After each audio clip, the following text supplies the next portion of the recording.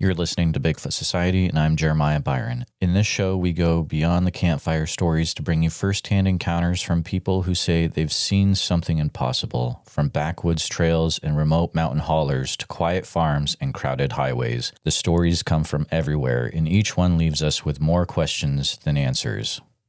These are the voices of the people who've lived it, so settle in, because today you'll hear another account that just might change the way you see the woods forever. So stay with us. All right, Bigfoot Society, we've got the privilege of talking to Brenda Burgett today. Brenda is a retired real estate broker and an author out there in the state of Washington. But welcome to the show, Brenda. How are you doing today? I'm doing great. Thank you for having me. Absolutely. You know, you had reached out about something that happened to you. I believe it was back a while ago, back in the mid-90s, in an area that we haven't really heard a lot about from yet in Washington. So, you know, I want to make sure that you have the time to share your account of what happened to you, and feel free to take us back to, you know, that time in the mid-90s and what you experienced that day. Okay, I'd love to. I do think that there was a sighting reported about, up past Leavenworth not too long ago. It actually hit our newspaper, I think. But I hadn't heard about anything in this area. And it was February and on Blewett Pass. And I'd been to Seattle to shop or do something. And it was a time in my life where I was busy making my career work, and my spiritual life, it was on a hold pattern. Roads were really icy. And my friend, who is still my friend, would like to keep her privacy. So I'll try to tell you her version as well as mine. That we were going around these very steep paths of the road. Blewett Pass has some hairpin turns, and the roads, again, were black ice. So I was driving really slow, and there was a curve coming up, or a little, it was like a place where they have pilasters that hold the snow up, which can go up as high as 12 feet, but it's meant to keep the snow from coming onto the road. And I was just, all of a sudden, I had this forebodings. It was like something's coming up, and even now, the hair stands up on my arms. And my friend, who is the polar opposite of me, she's brave, she's whatever, she believes favor, bold favors people, and you need to go for it. She's a commercial airline pilot. I, on the other hand, prefer to I skirt around it, the supernatural. But anyway, when I rounded the corner, to the right, up against the embankment and the pilasters, was this man. I thought it was a man, but it wasn't a man. It had to be later, tall, very, very tall, and very long arms. And again, how I remember all this with the brief time I was there, I couldn't tell you. But he had very long, hairy arms. He was hairy, but his chest seemed to be like there was very little hair, and it was dark. It was just dusk at the time, so it was hard, but everything is so vivid. And when I looked at him, his eyes were amazing. And since then, I've thought, were they blue? Were they green? Were they red? What were they? I don't really remember that. She remembers them as being very large and intense. I don't remember that part of it. But he was looking at us, and he was very surprised. And his arms went down past his knees. And he was covered in hair, and her first thought was, oh my goodness, this man may have been in an accident, and we need to stop and save him. And she told me later, well, I thought we'd just take him, clean him up, and get him some help. And it was like, first thing out of my mouth was no. She'd never heard me talk like that to her before. And she was just looked at me like, how could you say that? But not until we'd passed him. And he was looking at us. I had a fear. I've got to admit, I was terrified. The roads were slick. I am a coward on bad roads, but I sped up. And there was a hairline corner, and my friend thought she's going to dump us in the ravine. I didn't, but I had this feeling that this, whatever it was, if it wanted to, could be in our backseat anytime it chose to. I don't get it. Still don't understand, but yet I do. Anyway, we were very silent all the way back. And when we got to the road that you go to the left, Leavenworth, you go to the right, Wenatchee, both our memories just were erased. I don't get it. I still don't understand it, but yet I kind of do. Anyway, we went home. Neither one of us brought it up again. And then maybe 5 years ago, she calls and she said, were you the one I was with? Was you the one I was with that saw that thing on the pass? And I said, no, it wasn't me. It wasn't me. And then I said, it was me. And all of a sudden the memories started coming back. And we compared notes and compared the different feelings, which is just amazing to me because being, the basic conservative chicken that I happen to be at times, I just wanted to get out of there. I felt like that we were in an area we didn't belong, and I needed to get us safely out of there. She was more compassionate, and since then she felt like that she made a real connection with him. I did too, but on a different level, which is interesting. We started talking and comparing notes, and she has an extreme desire to remain anonymous, and I totally respect that. I wish she would talk to you, but I'll try to be as fair as I can about her point of view. But hers was, it opened up a part of her that she'd seen a spaceship when she was younger, and so that brought back memories of that. And for me, I had put my spiritual life on hold, and now at this time, I've got time. I can do this. And I've done a lot of things since then, but everything is making more sense now. And like I told you when we began talking earlier, when I saw the episode about the gentleman that was the Otter Man series, the San Juan Islands, which is a ways from where I live, and it was like over, and yet you kept asking him questions, and he gradually revealed a little more about himself and how with his Irish background, which I'd have as well, and my gifts that we're not going to talk about today. It just resounded with me, and I realized how important what you're doing really is. This is not just a creature or a being or something that so many people now have seen, thank goodness for now. But I almost feel like there's a deeper meaning, and those that want to be connected can be. And I watch a lot of the Bigfoot information on YouTube and the shows. And I guess I really appreciate this time in my life and how important it might be for people who have had similar experiences that can connect and know that it's okay.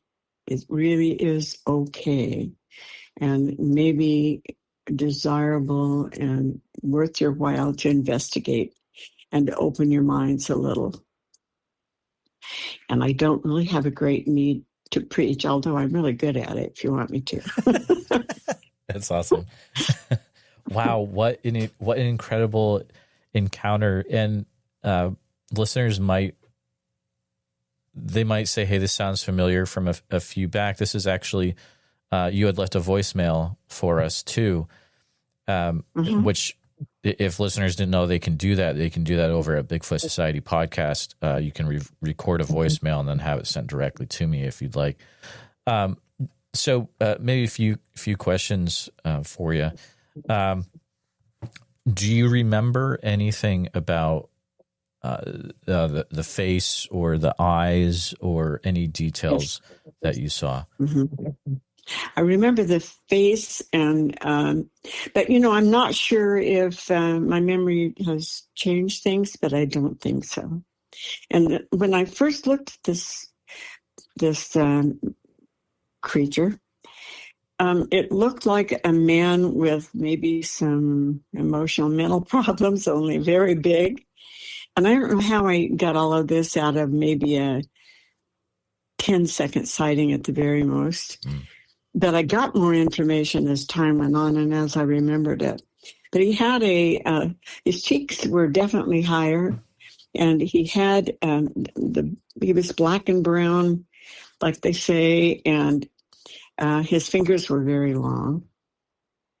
His arms were exceptionally long, and he had fur, but there was some like skin of some dark, dirty looking skin, and his face was dirty, very dirty, which probably meant it was just brown. And he was surprised, but yet it was like he knew who I was. It was like I knew I was going to see something before I saw it. It was a very weird feeling. He had ears, kind of, I think, and but the hair on his head was, it kind of was like a man would be, with very rumpled looking hair that hadn't been taken care of. So, and he wasn't fat, but he was huge. Huge isn't tall. Tall and like I say, not a huge. He was like a very large man. Sure. How tall would you estimate that it might have been? I 7 or 8 feet. Okay. The longer it goes on, the taller the guy gets. You know how that works. So. No, I get it. It's very evident. You have a great way of describing things. You can tell that you're a writer, you're an author. It's very cool. Let's see. You mentioned that it looked surprised to you. Were there certain things that you noticed about it that made you think that it was surprised? Its mouth was slightly open, and it seemed to lean forward like it was really looking. And I guess it was a feeling too, a shared feeling, mutual surprise and fear on my part, and I don't think he had any fear on his part. And my friend, of course, wanted to clean him up and take care of him. He was like, "Hey, gal, no." No, not happening in this car ride. Yeah, absolutely. That would be funny, though. It'd be like Harry and the Hendersons, kind of. Well, she said we could have taken him to the mall and got him cleaned up. We were both laughing. Right. Humor saves us.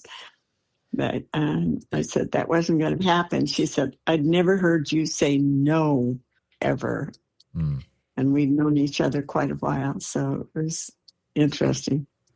With its mouth open, were you able to see anything, any details about the teeth at all? Everything seemed really dirty. I mean,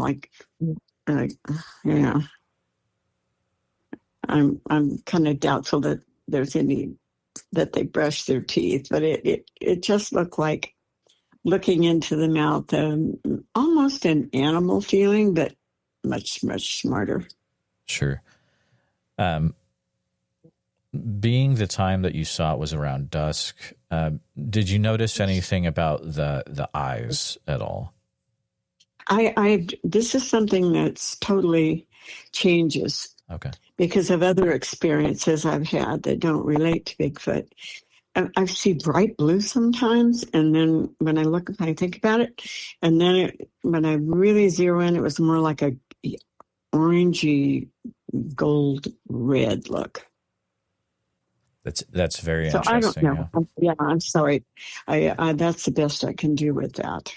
No, memories can be a really interesting thing, which is why I try to write down stuff after it happens, especially when I go out, because I mean, listening to your voicemail when you had sent that a few days ago, I think you'd even mentioned that there might have been a type of yellow green eyes as well. Yes, yellowy green, red, definitely stood out from his dark body. Absolutely. Was there a shape to the head at all?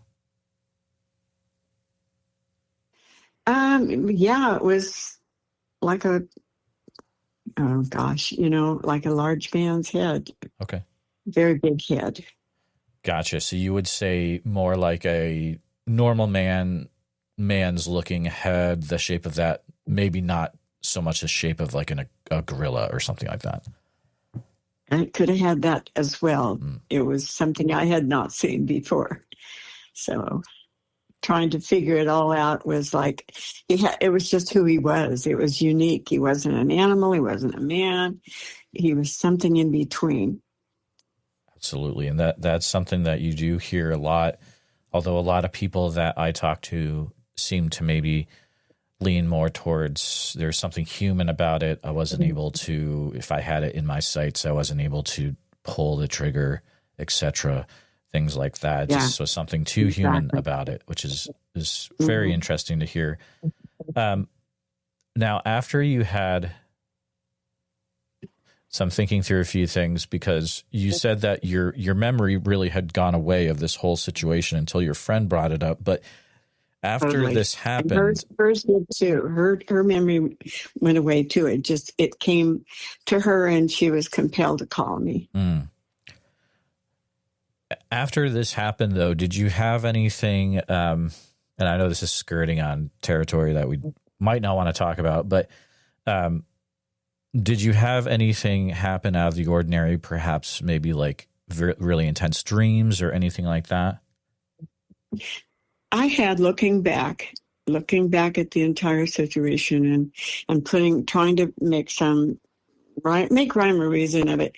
Like I said earlier, was denying my own spirituality because I grew up hearing people say, well, that's Brenda, you know how she is. Well, I really didn't know how she was, but apparently I was different. And at this time in my life, I was trying to establish a career and get where I was going professionally. And I didn't really want to deal with anything other than that. And I fought it. And after this happened, I had a knowing that it was time for me to invite who I was into the picture. And that was not an easy thing for me, not an easy thing at all. That meant stepping out and risking my career and ridicule from my family and people. I won't say friends, because friends don't do that. But it did open up that part of my life. And I had the desire, the need, almost like a hunger to see what else was there in my life. I continued to do my business and was successful for quite a while. But I had the need to look for the paranormal, supernatural, whatever you want to call it, was bordering between the spiritual and that. There was an area in there I wanted to know about.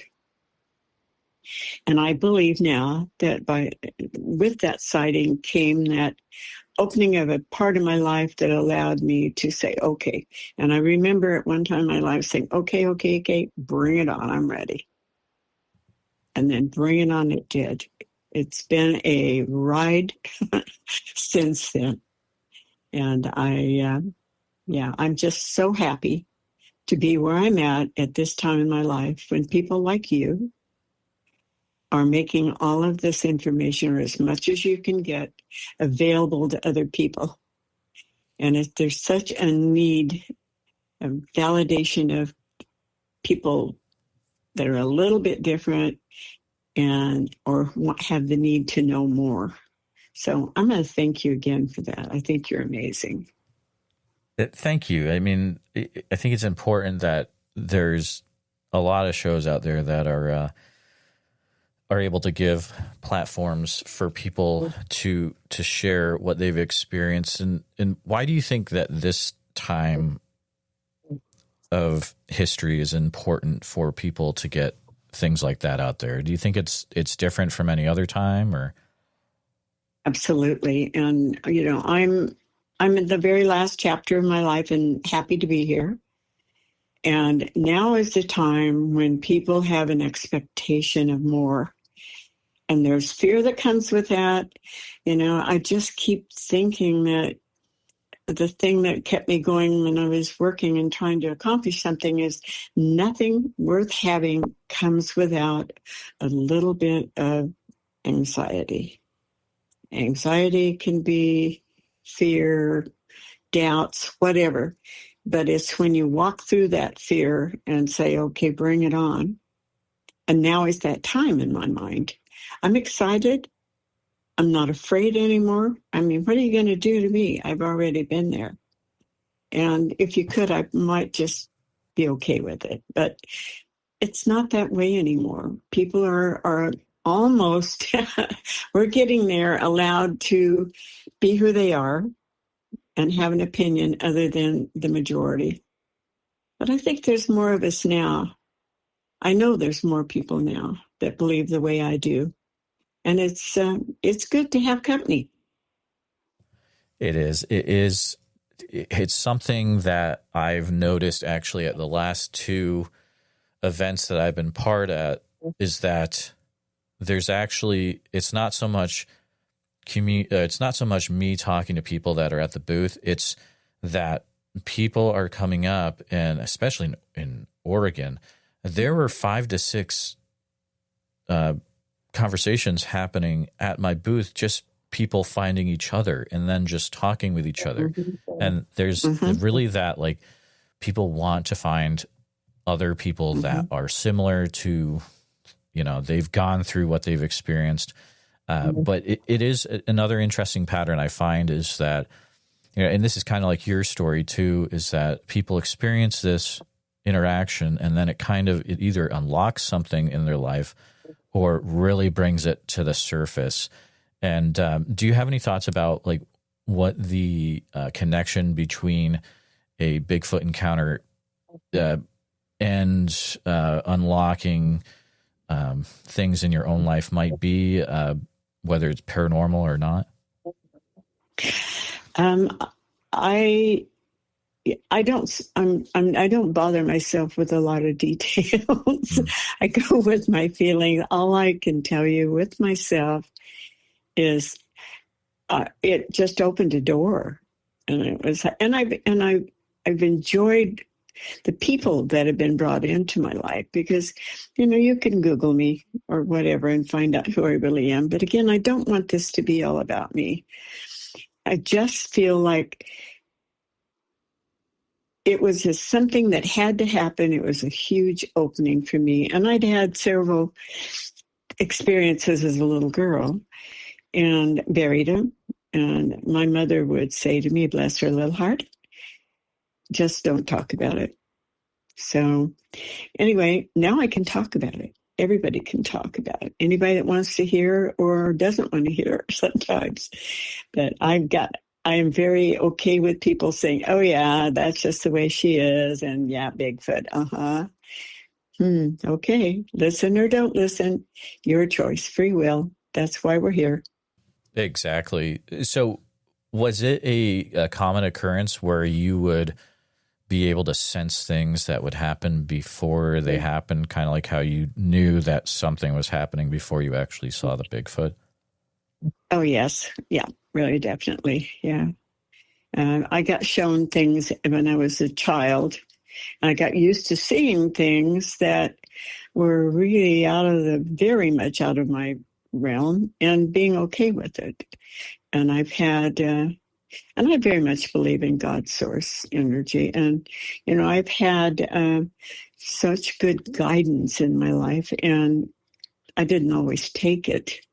But, anything is possible if you want it to be. And I'm just excited about, and I think Bigfoot is such a big part of this. It's supernatural. I think it is. But I think it's more natural than a lot of things we see today. So am I talking in circles? Well, I mean, it's one of those things where it is very hard to understand, because on the one hand, you have something where, you leaving tracks, right? Physical in some way, perhaps. But on the other way, you have, it is affecting people. There are very strange things that are seen. So things that are outside of the understanding of mainstream science. And it's just, it's very hard to get your mind around it, I think. I got some guidance I'll share with you if you want to hear it. Sure. I was kind of told from my whatevers that I'm to walk the earth and leave a gentle footprint and forgive others like I'd like to be forgiven if I need be, and I do. But also leave a path that maybe will help other people get where they're going, not in my steps, but beside me and around me. And kindness is always first. Well, I think that's great advice, to get and to also to give, for sure. What you saw that day, would you ever want to see something like that again? Well, yes, I think so. I think I'm ready for it. I know that my daughter and her husband camp up in that area, and we laugh. We have a lot of humor. And she would love to see it. And funny enough, some black form went by their RV window, and of course they convinced each other it was a wolf. Well, the windows are probably 5 or 6 feet high, so go figure that one. But yeah, I would welcome it. Wow, yeah, that would be an extremely large wolf, and that was in the Blewett Pass area as well. Yes, I better not say where. Oh, sure, we'll leave it at that. No problem. You're good. Yeah, good stuff. Good stuff. Wow. Brenda, I am so glad you were able to come on the show today and to spend a bit of time sharing about what you experienced in the Blewett Pass area of Washington. Hopefully this will unlock maybe a memory or two in a listener's mind, and maybe they'll be able to reach out as well. But I want to make sure that you were able to share everything that you came on the show to share today, Brenda. I certainly have, and probably more than I intended. You're a very good narrator. Awesome. Thank you so much, and it's a pleasure talking to you today. And nice talking with you, and have a nice day. Thank you for listening to this episode of the Bigfoot Society podcast. Every encounter we share reminds us that the world is bigger and stranger than we think, and that the truth is often hiding just beyond the tree line. If you enjoyed this episode, please be sure to subscribe to the channel on YouTube, hit the bell so you don't miss the next episode, and share this with a friend who's into mysteries, monsters, or the unexplained. And if you're listening to us on Spotify or Apple Podcast, please follow the show there and leave us a 5-star positive review, because all of that helps more people discover the show. And remember, if you or someone you know has had a Bigfoot sighting, please, I'd love to hear from you. So email me at bigfootsociety@gmail.com and let's start the conversation. If you haven't gotten a chance yet, check out our membership community over at www.bigfootsocietypodcast.com. And that's where you can hear tomorrow's episode today, early and ad-free, and members-only episodes every week. Also, it's a place to connect with other people that are into the Bigfoot subject as much as you are. Thanks again for following along with the Bigfoot Society. Until next time, keep your eyes open, trust your gut, and never stop asking what else might be out there. And see you in the woods.